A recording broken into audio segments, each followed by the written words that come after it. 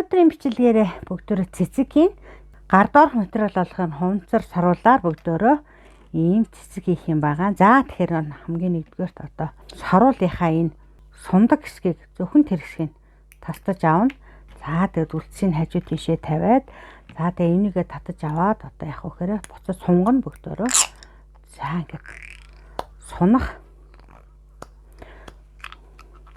хүртэл сайхан сунгаад за тэгээд ингээд сайхан тэнэлгээд өгчин. За ингүүт одоо яах вэ гэхээр за хүүхдүүд хийхэд бол аюулгүйгээ бодох юм бол бид нарт энэ юу хэрэгтэй?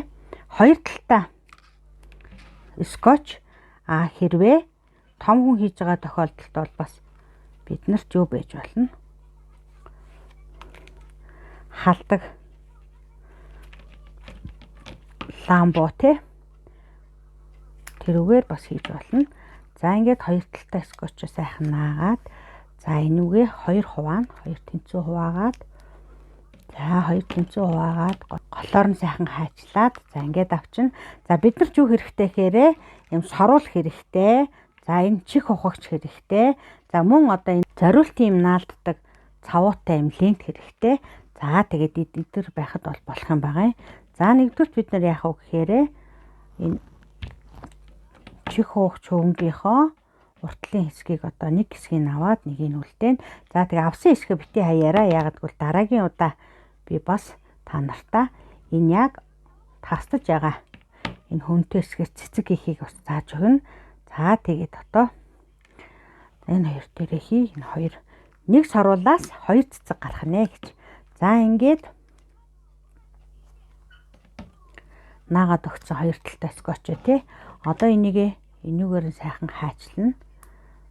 За ингээд сайхан хайчлаад за тэгээд хаачтай оролж байгаа хүүхдтэйгээ хамт хийж байгаа тохиолдолд дандаа аюулгүй байдлаа болгонгараа. За энэ их амархан ингээд зураас болгоных нь хайчилчин ингээд наадаг хоёр талтай скотч хүртлээ ингээд сайхан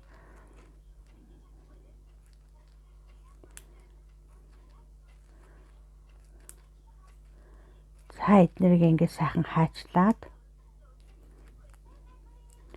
өөх тусам цэцэг маань гоёмсог олон дэлбэтэй болж өгдөг. За тэгээд залхуурахгүй нэгээр зураас болгон дээр хайчлаад өгөөрэй. За одоо тэгээд скотчоо салгаж авъя. За ингээд скотч маань алдсан. За үүн дээр одоо яах вэ? Энийгээ бариад энэ маань цэцгийн маань гол болж өгнө тийм ээ. За эргүүллээ.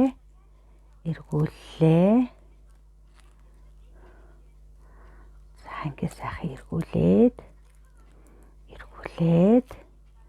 эргүүлнэ. Их амархан хийгддэг цэцэг байгаа. За ингээд. За тэгэхэд өөртөөхөө таашаалаар тий.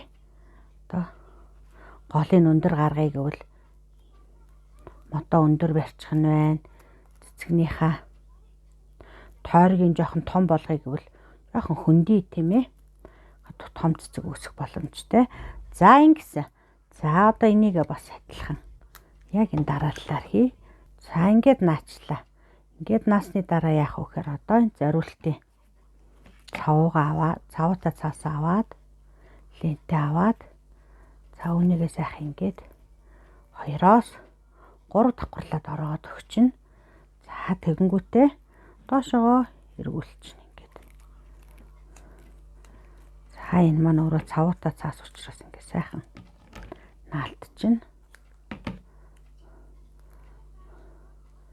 За ингээд ихний цэцэг маань бэлэн болчлоо. За одоо үнийг ороогоод за энэ цэцэг маань бага насныхны гарын аядаахаар материалаар хийгдэж байгаа учраас илүү одоо удаан хадгалагдах боломжтой. За одоо ингэснийг л энэ сайхан цэцэг рүүгээ яах нь. Ингээд холбоод өгчөж шít.